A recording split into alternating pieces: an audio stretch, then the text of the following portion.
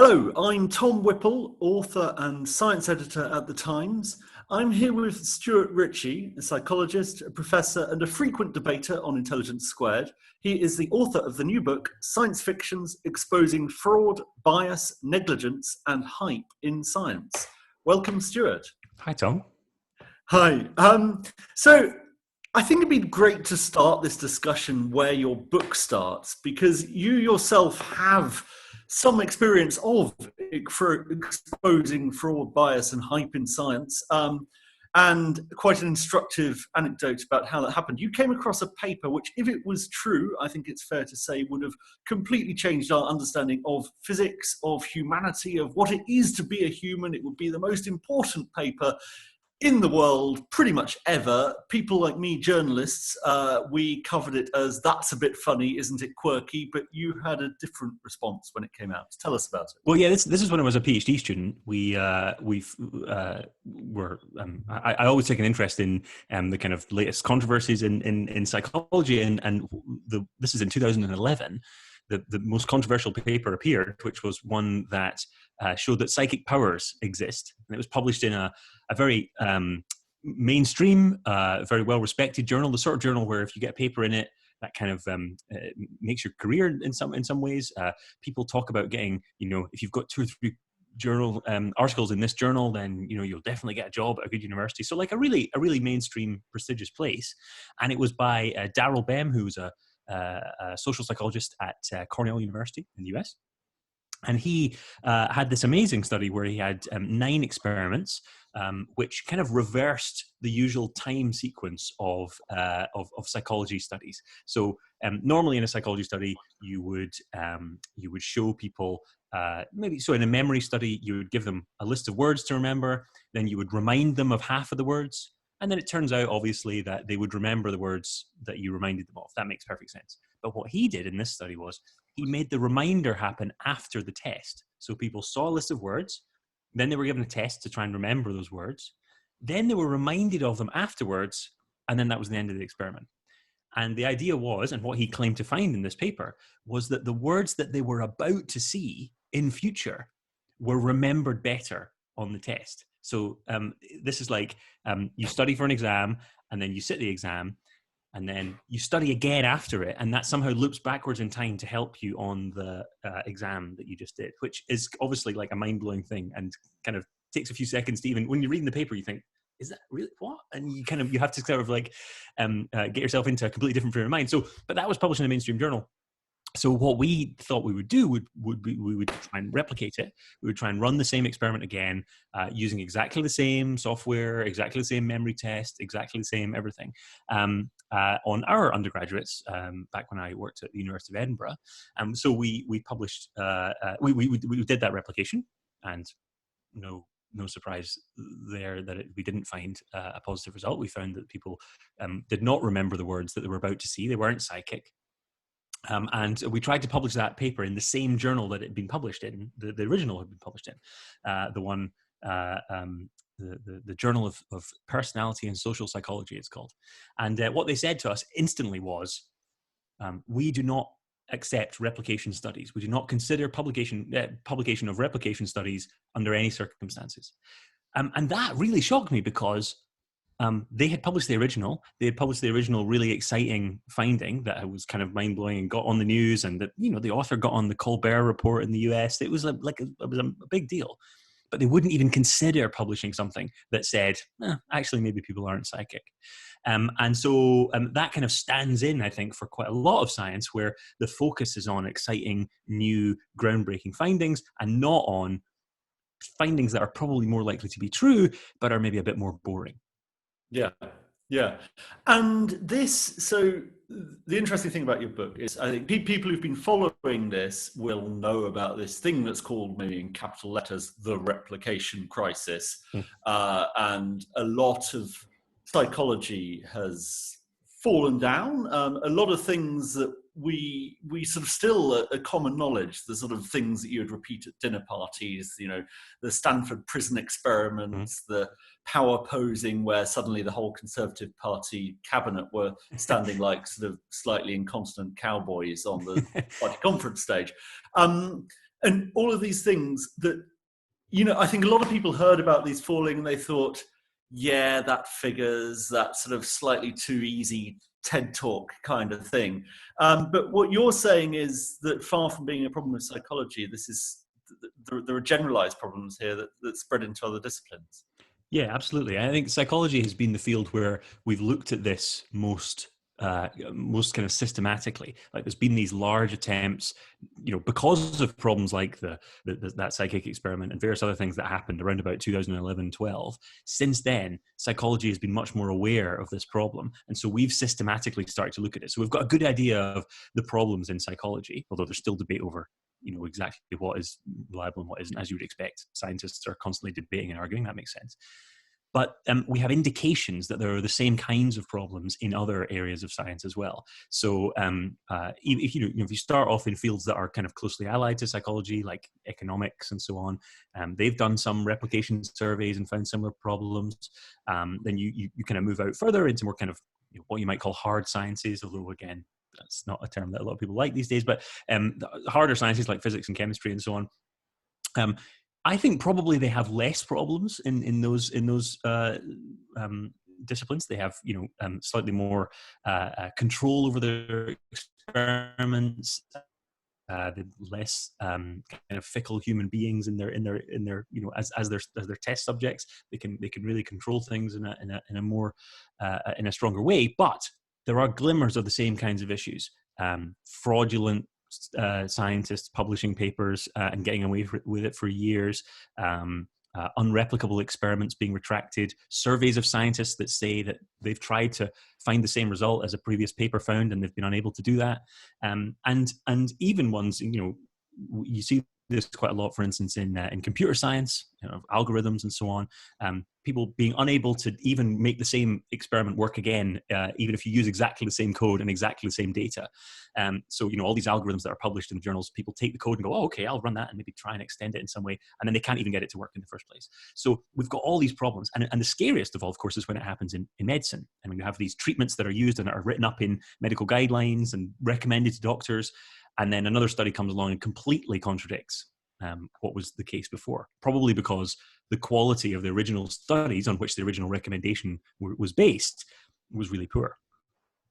So for listeners who aren't familiar about how science works, talk me through the ideal. If you were describing this sort of pure mechanism that humans have derived for finding knowledge and furthering our race, how should it work? What from the experiment to the publication to what comes next? What should be happening, and what are the checks and balances that should be there? Well, normally you would expect, I think if you ask people, what they expect scientists to do, the idea would be that they would come up with a strong experiment before they've even, before they looked at the data. They come up with an experiment. They come up with an idea of how to analyze that experiment, and they write it all down and plan it all out.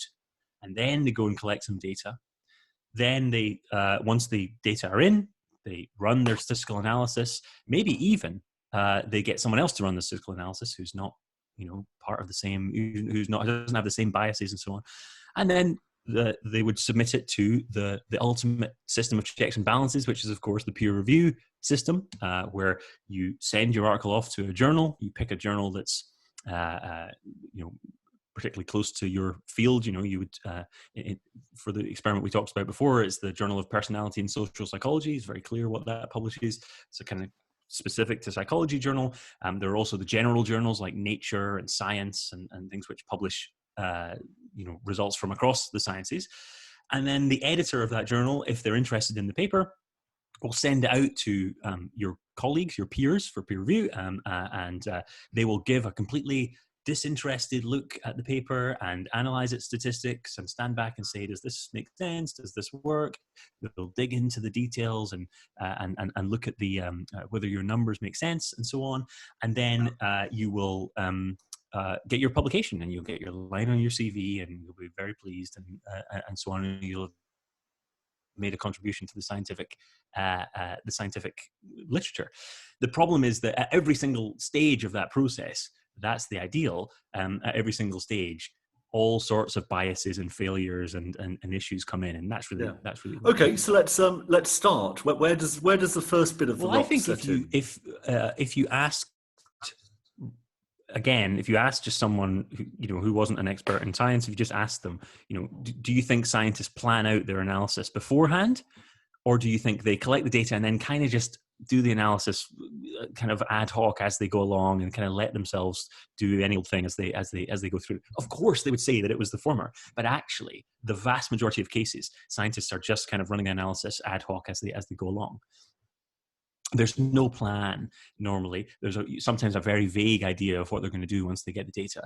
But the problem is that when you run your analysis ad hoc, you allow yourself to be dragged along in different directions, and you can introduce lots and lots of biases into your experiment. Now, one of the major biases, of course, is that people want to find positive results. They want to find statistically significant results. If you look across the literature, you find that in subjects like psychology, about 90-something% of experiments have positive results, which you wouldn't necessarily expect if scientists were just trying out new ideas, and some of them failed and some of them were true. And, they were kind of really properly experimenting with the world. But actually what you find is that 90% of them or more are positive, which implies that we're not seeing the ones that didn't work. We're not seeing the blind alleys. We're not seeing the failed experiments. And so these two things that I've mentioned, the statistical biases and the bias towards finding positive results, work together in a really insidious way, which is that scientists sometimes unconsciously run their analysis in such a way that they find positive results. And the reason that they do that, of course, is that the journals want positive results. They want the exciting, flashy results, like I've mentioned with that psychic study. They themselves want to find positive results because it's cool to find positive results. You want to be able to show that you've advanced the literature, that you've advanced the treatment of a disease, or discovered some new exciting knowledge about the world. And what you don't want to find is that your treatment idea didn't work, your trial was a failure, your new mechanism for how some some psychological trait works is actually not true. You want to find positive results. So that's the first place that the bias comes in, is that scientists make the decision as to whether to publish stuff on the basis of what the results were. So just to explain that to readers with an example in your book, I think this is something that's called p-hacking. And I think the canonical example of that is probably someone that most people will have heard of. They'll have heard about how if you keep on filling a soup bowl from the bottom, you'll eat indefinitely, or if you take a bigger plate to a buffet, you'll fill it up faster. How are these are glorious results. I'm a journalist. I'm waiting for the bit where you get to how we screw up the process. But one of the ways is we absolutely love stories like this. And ruin the story for me. Tell me what happened. Well, unfortunately, a lot of those findings have come into question. So this is Brian Wansink, who was a professor again at Cornell. And I don't have an animus against Cornell University. It's just that it happens to be that's where these results were from. Brian Wansink was the head of the Cornell Food and Brand Lab, and it was his idea that you had this bottomless soup bowl, as you say, and it was also his idea that bigger plates, if you take a bigger plate, you'll put more food on it. And these were like, as you say, everyone knows this, and they were published in psychology, food psychology journals. He wrote a really unfortunate blog post in, I think, 2006. Towards the end of 2006, 2016, I should say. He wrote this really unfortunate blog post where he said, I really like it when my students they gather a whole bunch of data with a whole bunch of stuff, and then they just keep analyzing it until they find something, and then we publish that. And as I was just talking about, I don't think that's how most people would understand that scientists do stuff. They think that scientists would come up with an idea and then test whether it's true and then publish whether or not it was true. But actually what he was admitting to doing, inadvertently, I don't think he realized that he was saying this, but what he was admitting to doing was just collecting a bunch of data, dredging through it until he finds anything, and then publishing it. And the reason you can do that is that the more you run the statistical test that most scientists use to check whether a result is true or not, or is just due to statistical chance or not, which is a statistical significance test. And you get a p-value from that, which is where the term you used, p-hacking, comes in. The more times you run that test, the more likely you are to be fooled, essentially, to be shown to find a test result that looks like it's a positive result, but actually it's just due to chance. And so this problem becomes really acute when you're just dredging through and just running more and more tests. Check whether men pay more in tips when there's a woman with them at the table, or whether it's a man. Check whether they pay more in tips when it's a pizza versus it's pasta. Check whether, you can do all these. If you collect enough data, you can just keep running tests until you find a result and then publish it. And that is what he was admitting to doing. So unfortunately, at that point, people started looking into his research and finding all sorts of really sloppy errors, really sloppy mistakes. And he was accused of by his university, who eventually did an investigation, of misconduct, not necessarily fraud in that he wasn't making the data up, but he was analyzing them in such a way that it was essentially meaningless, the results. And so he's retired from his position now. He's gone. Because he just wasn't really doing science. He was doing kind of dredging through numbers and statistical noise. And if there's enough statistical noise around that you can find basically whatever you want if you have a big enough data set. Yeah. Okay. And then so I haven't p-hacked. I've got my paper through with legitimate statistical analyses. What's the next place this goes wrong? The problem that can then come in is that so you have to also have made sure that you haven't made any mistakes in your analysis. So p-hacking can be completely unconscious, but another unconscious problem is that a lot of people just sloppily make mistakes and copy and paste errors and things like that. But assuming that you've not done any of that, the next problem comes when you're actually communicating it to the world. So when writing the papers, scientists spend an awful lot of time hyping up their results. So writing papers as if the results were the most important thing ever to be discovered on this topic. The classic line about, this has implications for, and then, it might be the treatment of mental health disorders, or this has serious implications for how we understand XYZ thing about the world, whatever it happens to be. Scientists love saying things like that. And again, it's because of pressure from the journals. The journals want to publish papers that discover exciting new things about the world. So scientists write up the papers in ways that kind of decouple themselves from the data. The actual, the text, which is what most people read, especially if you don't understand the statistics. And most people, even who are scientists, don't understand the statistical methods that are used in other fields. So, we're looking at the discussion section in the paper that tells you the implications. They write it in such a way that goes way beyond what the data have actually shown, and then they often then move towards actually taking it beyond the scientific journals and into the real world, which is where press releases come in. I think a lot of people think that press releases are just written by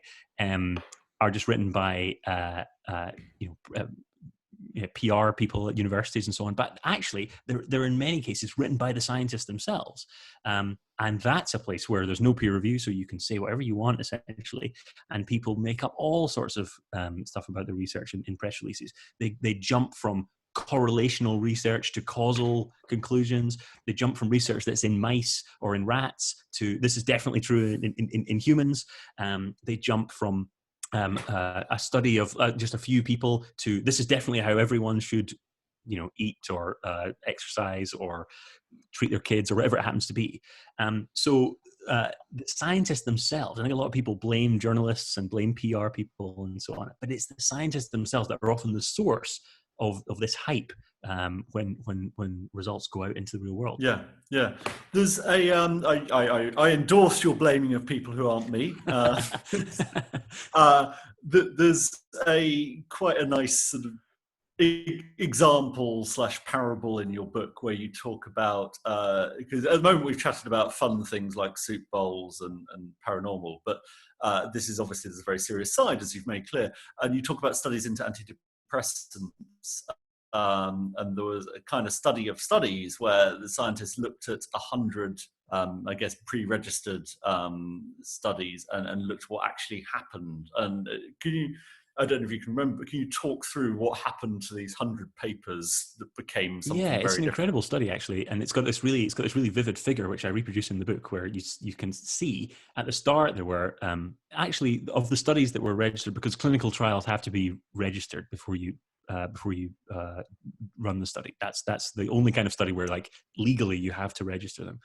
Um, so we know all the clinical trials that are taking place, unless they're done illegally, which I think is not very common. But we know that they're all taking. We know which ones are taking place, and then it turned out that, about 50-50. In half the cases, the drug worked, and in half the cases, it didn't. So you've got about 50-50. But then you see the process of the negative results basically disappearing. So we know that they exist. We know that they happened, that a trial was run that had those negative results. But as you go through the process of which ones get chosen to be published in journals, and it's basically all the positive ones get published and all the negative ones just kind of dissipate, and you just have a few negative ones there. Then you go through the process of how they're actually written up in the papers themselves, and you find null results often become subject to spin. So they're written verbally as if they were, kind of almost there. This probably works kind of. Oh, sure, the statistics didn't show that it works, but probably it works. And you can write it up in a kind of spun way like that. And then actually by the end, they show that the studies that got positive results were cited more by other scientists than the ones that got negative results as well. So by the time you've been through this process, you change the real scientific literature, from which was about 50-50, into something where, I don't know, I can't remember the exact numbers, but it's like 90% positive or something, or maybe even worse than that. It was, yeah. You dropped 50 odd papers that were negative to basically 5 that were negative. Yeah. It's incredible, really, when you see it like that. And it's not just antidepressants. This happens. They showed in that same paper that it happens for studies on for trials of psychotherapy as well for depression. But I'm pretty sure, given all the other evidence that there is about publication bias and all these issues, that this happens for lots of other topics as well. Yeah. And so, I mean, I'm listening to this, and regularly when you look at surveys, scientists are always the most trusted profession.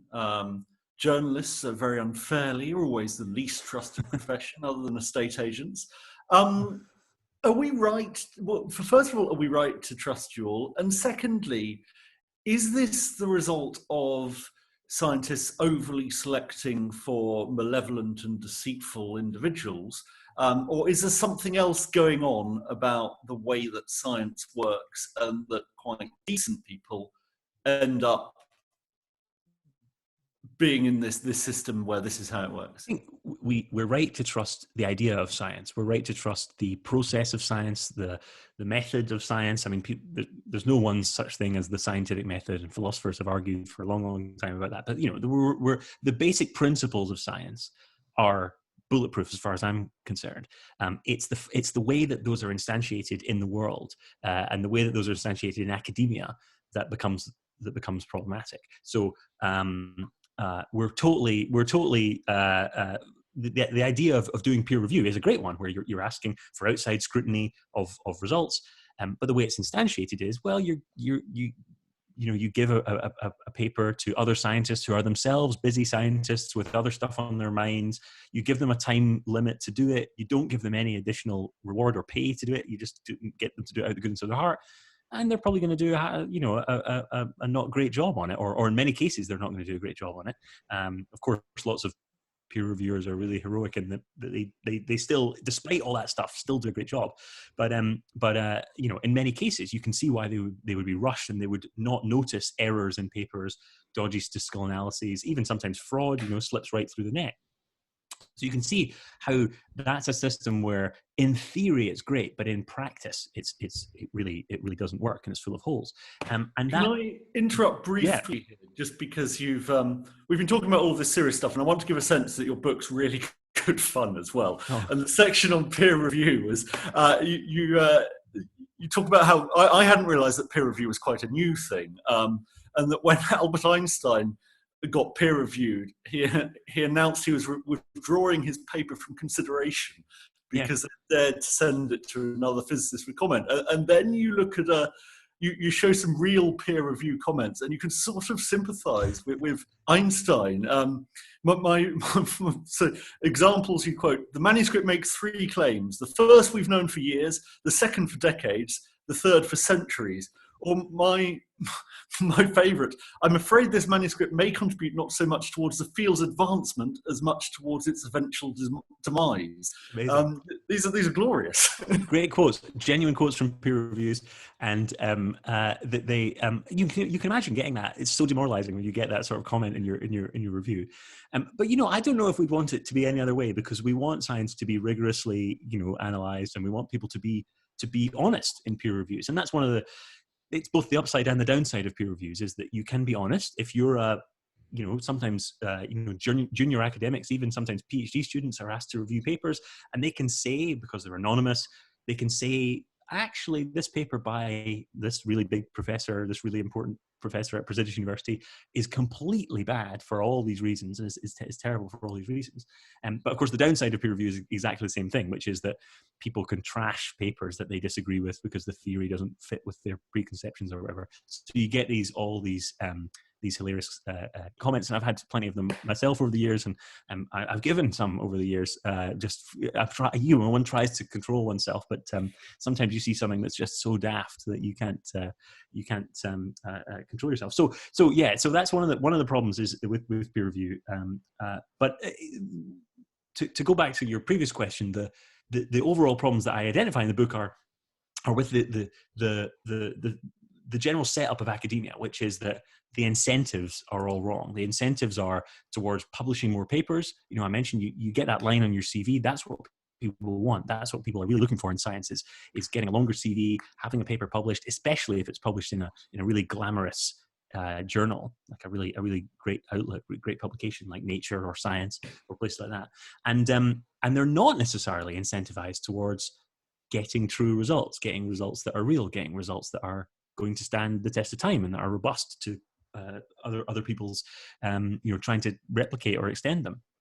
So the whole system of universities, that's how universities reward researchers. They promote and give tenure to researchers who have lots of papers on their CV.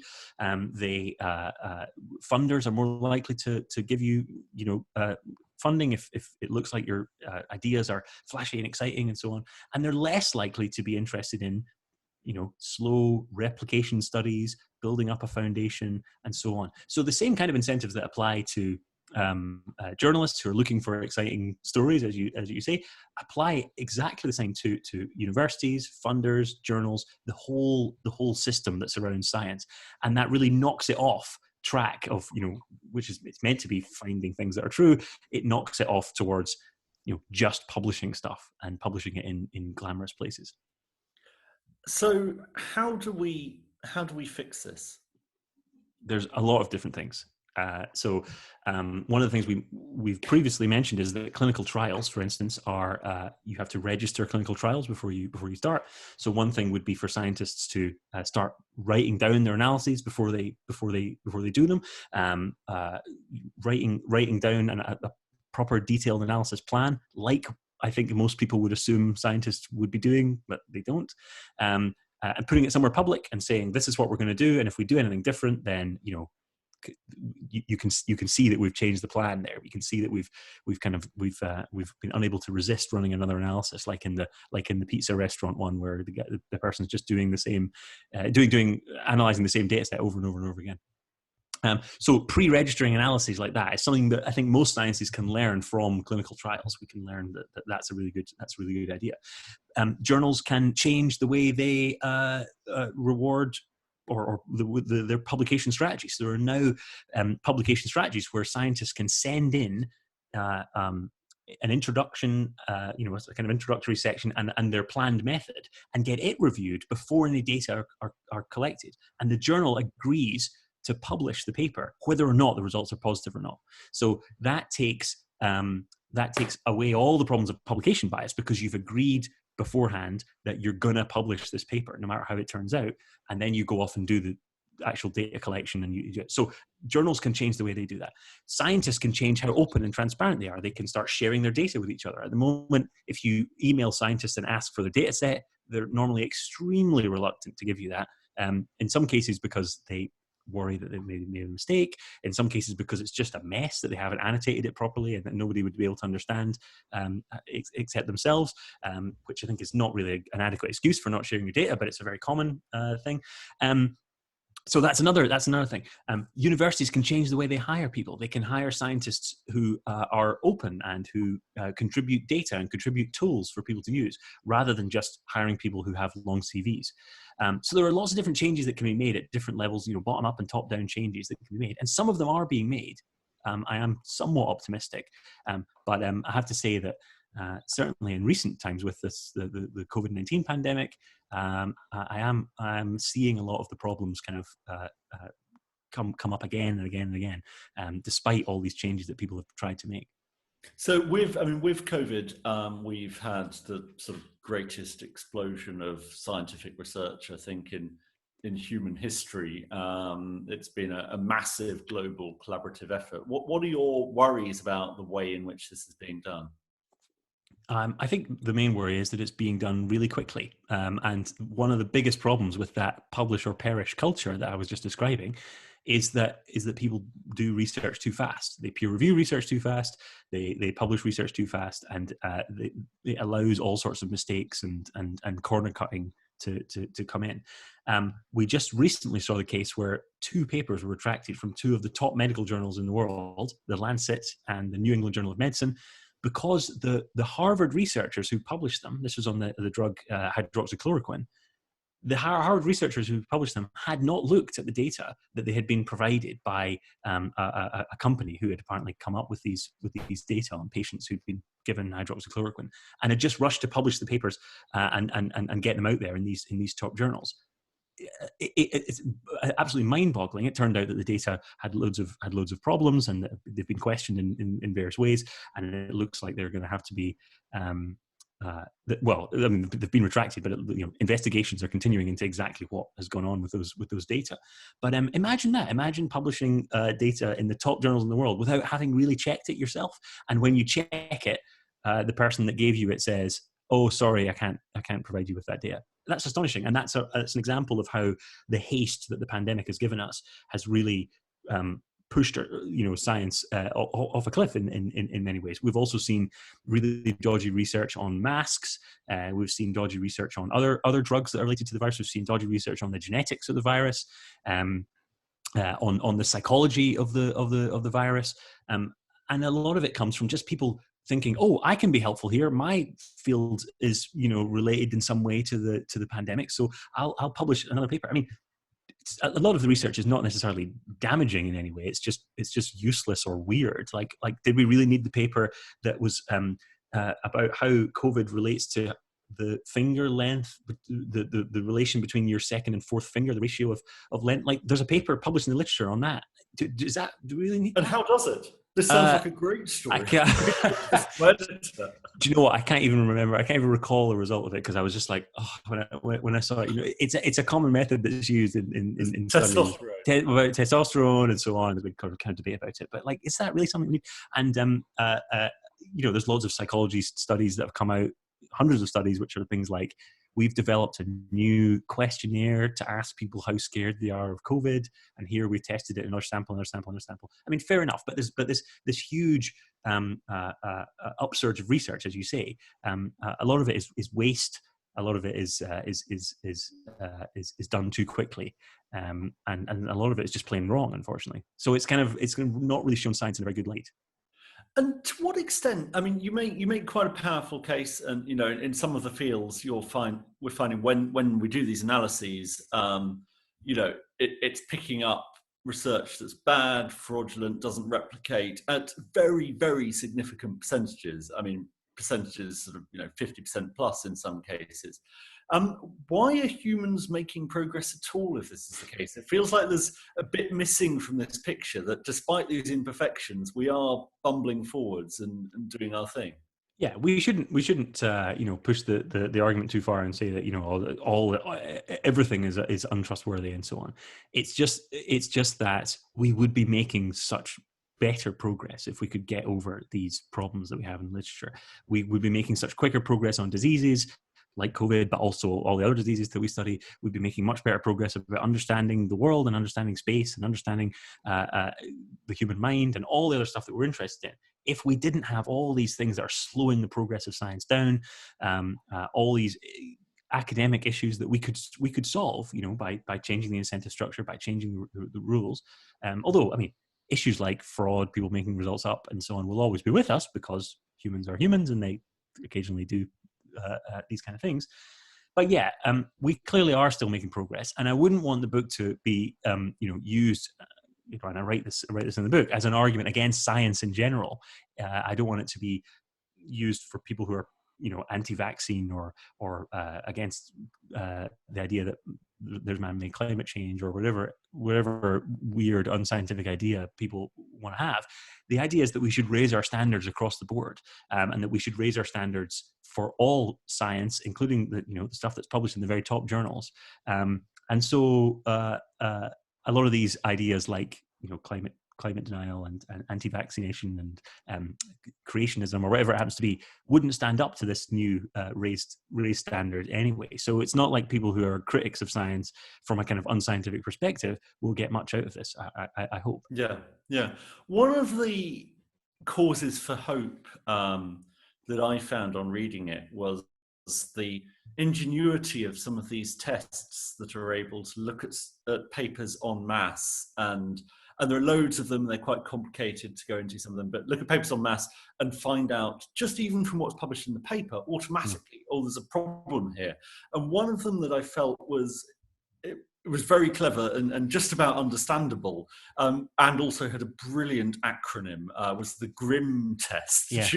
Are you able to describe this? So I was automatically looking at papers and just trying to find the ones that are a bit iffy. I can do my best, yeah. So this is the granularity-related inconsistency of means test. So GRIM for short. It's a great name, and this is by Nick Brown and James Heathers, who are kind of data sleuths who look into dodgy papers. Well, they look into all papers and they discover a few dodgy ones occasionally. But what this does is it discovers so often particularly in areas like psychology, you've given people a scale, maybe from 0 to 5 of, like, I don't know, how happy they are with their how happy they are with their job, how happy they are with their family life, whatever it happens to be, and they'll rate that. But it turns out that there are only certain ways. Say that you have a sample of 20 people that you've given that test to. There are only certain numbers that can come out of that if you take the average score. So, like, maybe it's possible that you could get a score of 3.49. But it wouldn't be possible to get a score of 3.47 or a score of 3.4. I would need to do the maths. For the simplest way to understand it, I think, is just with two people. With two people, you can either get a whole or a half. Right. That's true. Yeah. So if you have two people and you average the score, you can either get 0.5 or you can get 0.0 at the end of the number. Yeah. There's no other. If you get a 0.37 after the number, you've done something wrong. There's something wrong with the analysis that you've done or the calculation that you've done. So what they do is they look through the averages that are published in papers, in the tables in papers. So they don't even need access to the raw data. They just need the averages published in paper. And they say, well, wait a minute, that number is impossible. Either you've described the wrong sample size, so that's a mistake, or you've described the wrong average, so that's a mistake, or you've just described your questionnaire completely incorrectly, so that's a mistake. So something must be wrong. And in some of these cases, it's led on to discoveries of actual fraud. Like the reason that the numbers are not possible is because they're made up. And the fraudster didn't make them up in such a way that made them look realistic, which is, something which a lot of fraudsters forget is that you need to actually make your data look as if they came about naturally and not that they were, made by a human being. And in some cases, it's just a mistake. It's an error. It's just, someone's typed the wrong data into the spreadsheet, or they've run the wrong calculation, or they've made a copy and paste error when they were, like, taking their data from their statistical program into their Word document, which they were writing their scientific paper in, which seems like such a kind of low grade mistake, but it happens all the time in science. And so, yeah, that's where the Grimm test can really be useful. And there are various other tests that are related to that, some of which also have good acronyms, which James Heathers and Nick Brown have come up with that can do similar things for other types of data. This one works for questionnaires where you have 0 to 5 or whatever, but there are other types of data, obviously, that we would want to do something. And there are other algorithms that kind of check the p-values that we were discussing before. Have you written down the right p-value in your study? If not, again, it might be you've made a mistake somewhere, and various other ways of looking and just saying, does this data look as if it came about through natural normal means, or does it look as if it's been tampered with, or if it's just mistaken? Yeah. And do you think that your opinion is mainstream? Does it anger scientists? Do you think it's being taken notice of?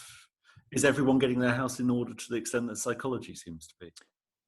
I mean, there was a huge debate in psychology when the replication crisis started coming about, and people started doing replication attempts and so on. There were psychologists who came along and said, "This is useless. You're not doing the right thing. You're not running my experiment correctly. So no wonder you're going to not get a replication of it. You changed one tiny aspect of it, and so how do you expect to find the same result?" And the response to that is, well, if the result doesn't survive one tiny aspect being changed in the experiment, then probably it wasn't that important a result in the first place. Across other fields, there's cause for optimism, because I think a lot of people are catching on to this. A lot of journals are starting to change. That idea where you submit the first part of your paper before you collect the data, that's being instituted at lots and lots of journals, not just in psychology. It's called a registered report, and it's being instituted at lots and lots and lots of journals now in lots of different fields.